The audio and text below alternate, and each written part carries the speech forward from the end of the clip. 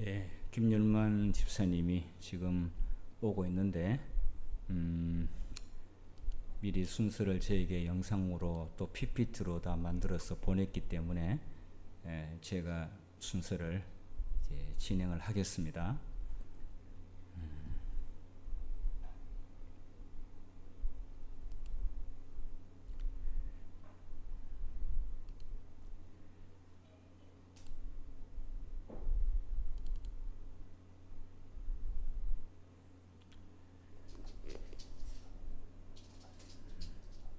안녕하세요. 마포교회 식구 여러분 기쁘고 행복한 안식일입니다. 오늘 안식일 학교 순서 진행을 맡은 김율만 집사입니다. 순서를 시작하기 전에 여러분께 질문 좀 해보겠습니다. 여러분은 오늘 무슨 날인지 아세요? 오늘은 장애인의 날입니다. 장애인의 날은 축하해주는 날이 아니라 신체적 정신적 장애를 가진 사람들의 인권을 존중하고 그들의 자립과 사회적 참여를 비장애인과 동등하게 제공하며 장애에 대한 올바른 인식과 이해를 증진시켜서 장애인과 비장애인의 진정한 사회 통합을 이루기 위해 국민들이 무엇을 해야 할지 생각해 보기 위해 국가에서 제정한 날입니다. 오늘 저와 함께 이야기를 나눌 주제는 장애인 유형과 에티켓, 올바른 용어 사용, 장애인 선교입니다. 장애인 선교에 대한 내용은 지난 3월 30일에 제가 활동지원사 모집 광고를 하면서 말씀드렸는데 너무 중요하기 때문에 오늘 다시 얘기하겠습니다. 먼저 여러분과 알아볼 내용은 장애인 유형에 대해 알아보겠습니다. 현재 우리나라의 장애 유형은 15가지인데 크게 내부적 장애와 외부적 장애, 그리고 정신적 장애로 나눌 수 있고 작게 나누면 내부적 장애로는 심장, 호흡기, 간 기능, 장로요로 뇌전증 외부적 장. 예, 죄송합니다. 제가 좀 잘못 제가 틀었어.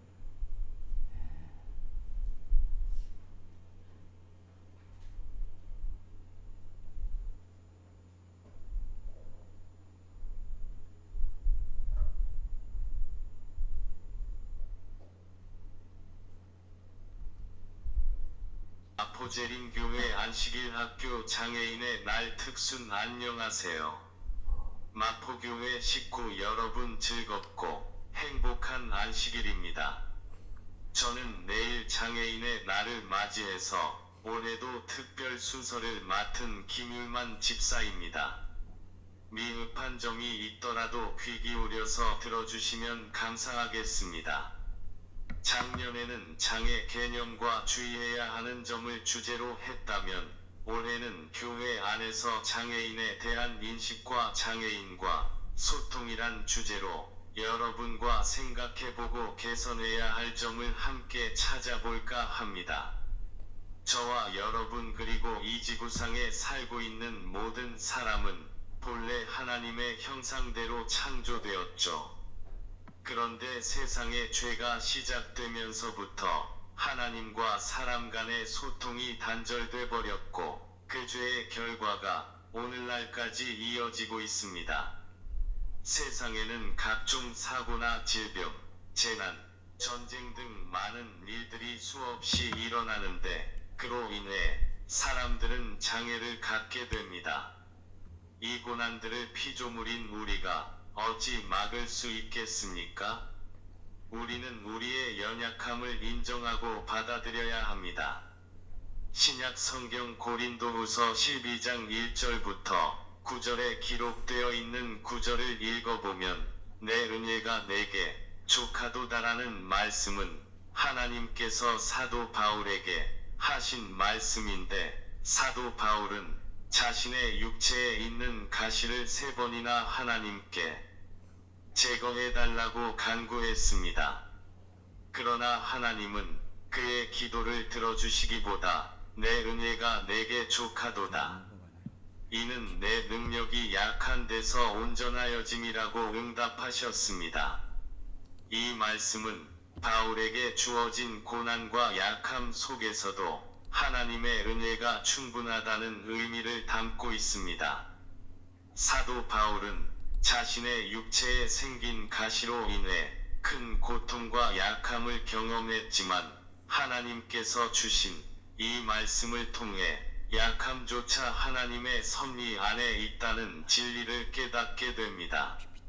내 은혜가 내게 족하도다라는 말씀은 오늘 우리에게도 단순한 위로나 체념이 아니라 하나님의 주권적인 사랑과 은혜가 인간의 연약함을 통해 더욱 분명히 드러난다는 강력한 선언입니다. 그리고 이 말씀이 특히 장애인들과 그 가족, 또 그들과 함께 살아가는 교회 공동체에 주는 메시지는 매우 큽니다. 장애는 불편함이나 고통만을 의미하는 것이 아니라 하나님의 능력이 드러나는 통로가 될 수 있음을 이 구절은 말해줍니다. 세상은 종종 약함을 숨기거나 극복해야 할 문제로만 보지만 하나님은 그 약함을 통해 은혜의 깊이와 사랑의 넓이를 가르쳐 주십니다. 하나님께서는 바울의 기도에 즉각적인 치유로 응답하지 않으셨지만 더 크고 깊은 응답으로 그를 채우셨습니다. 우리 역시 때로는 상황이 바뀌지 않아도 은혜는 여전히 우리 안에 있으며 그 은혜 안에서 우리는 살아가고 성장하고 이웃과 사랑을 나눌 수 있습니다. 장애를 가진 사람의 삶도 마찬가지입니다.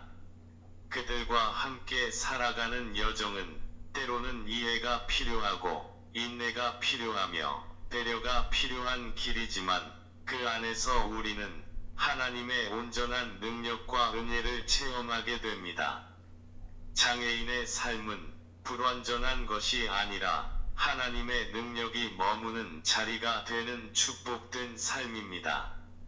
따라서 교회는 이 말씀을 기억하며 장애를 가진 형제자매를 연약한 자로서가 아닌 은혜를 입은 자로서 함께 하나님의 나라를 세워가는 동역자로 바라보아야 합니다.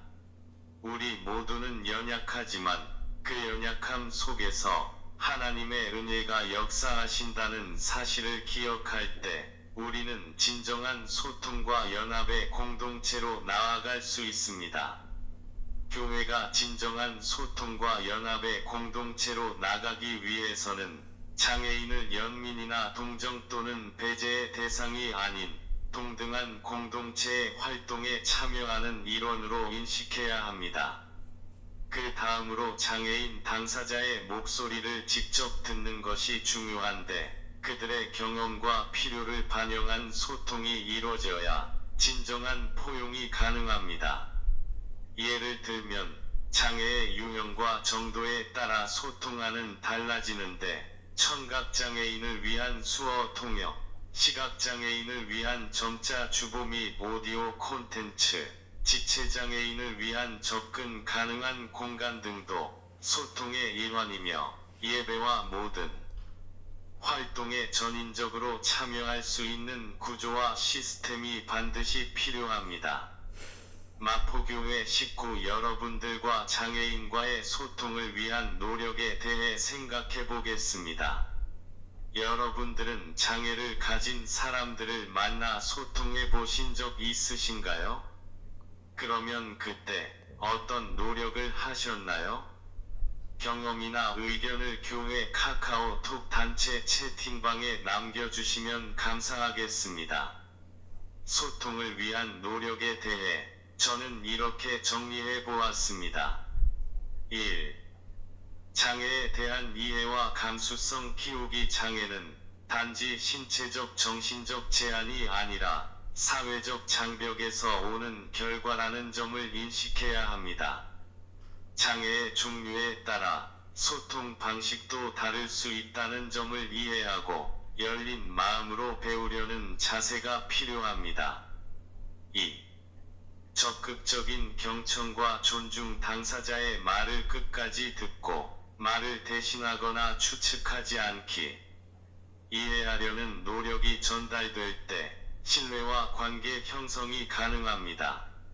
불편해 보일까 봐 피하거나 도와주기를 주저하기보다는 먼저 도와드릴까요?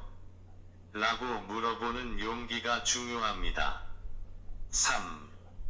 장애인과 비장애인이 함께하는 예배나 활동 프로그램 만들기. 장애인만을 위한 프로그램이 아니라 장애인과 비장애인이 함께하는 프로그램이 될 수 있도록 해야 합니다. 예를 들어 예배나 활동에 장애인이 참여할 수 있는 기회를 만드는 것, 장애인들의 의견이 반영되는 구조를 만드는 것이 소통의 실천입니다.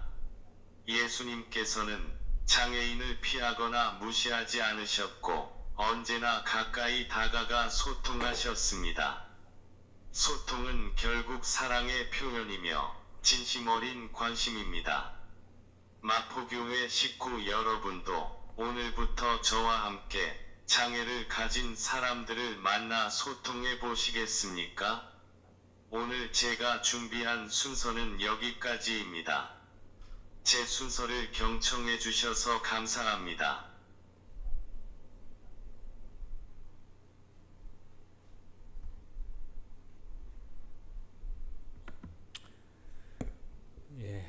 김율만 집사님이 아직 도착을 못했습니다. 미리 준비한 순서는 저에게 보내줬고 순서는 다 했는데 이 속에 나와 있는 내용을 이렇게 한 번 들어서 그대로 실천하기는 매우 어려울 것입니다. 장애인하고 대화하고 소통하는 요령에 대해서 또 어떻게 도와드려야 되는지에 대해서도 잘 정리를 해 주셨는데 저희 교회도 여러분들이 계십니다. 여러분들의 장애인이 계시는데 그들의 형편과 상황에 따라 소통하고 친근하게 다가갈 수 있는 언어들과 표현 방식들이 다양하다고 생각이 됩니다. 이것은 익숙해져야 할 수 있지 뭐 이렇게 생각해 가지고 그때그때 하기는 어렵다고 봅니다. 지금 우리 김윤만 집사님이 생각하고 있는 것은 장애인들을 내가 모시고 왔는데 교회에서 내가 데려온 이 영혼 구원을 하는 이 장애인들을 어떻게 할 것인가에 대해서 늘 굉장한 생각을 많이 하고 있더라고요. 이분의 목적은 뭐냐면은 장애인들도 예수님 믿고 하늘나라 가야 되는데 교회에서 이런 장애인들을 위해서 어떤 마인드를 가지고 선교하는가, 또 온 장애인들에 대해서 어떻게 정말 이들에게 도움을 주고 또 장애인들에게 편안함을 느끼게 할 수 있는가, 누구보다도 연구를 많이 하고 생각을 많이 하고 있습니다. 여기에 우리가 좀 부합하고 좀 함께 따라가는 그런 교회가 됐으면 좋겠습니다. 지금 이 귤만 집사가 그래도 석사 과정을 마쳐서 이 용어 정리가 보통 사람들이 하는 용어 정리보다 훨씬 더 뛰어난 문장을 갖추었습니다. 한 문장을 쓰기 위해 그 엄청난 그 혀끝으로 해가지고 그 가나다를 쓰고 알파벳 쓰고 하는 것은 아마 다 아시다시피 보통 사람으로는 하기 힘든 그런 고된 작업을 통해 가지고 하나의 이제 문장이 만들어지는데, 그런 거 비하면 우리가 뭐 나는 카톡 못한다, 나는 교회에서 뭐 이렇게 하는 거 못한다라고 귤만 집사님 앞에서는 절대로 그런 말 못합니다.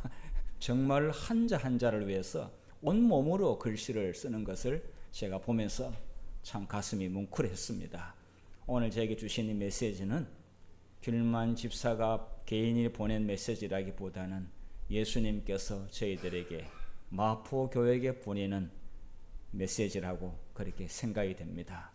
훌륭한 순서를 써준 우리 귤만 집사에게 정말 감사를 드리고 이따 오면 많이 격려해 주시면 감사하겠습니다.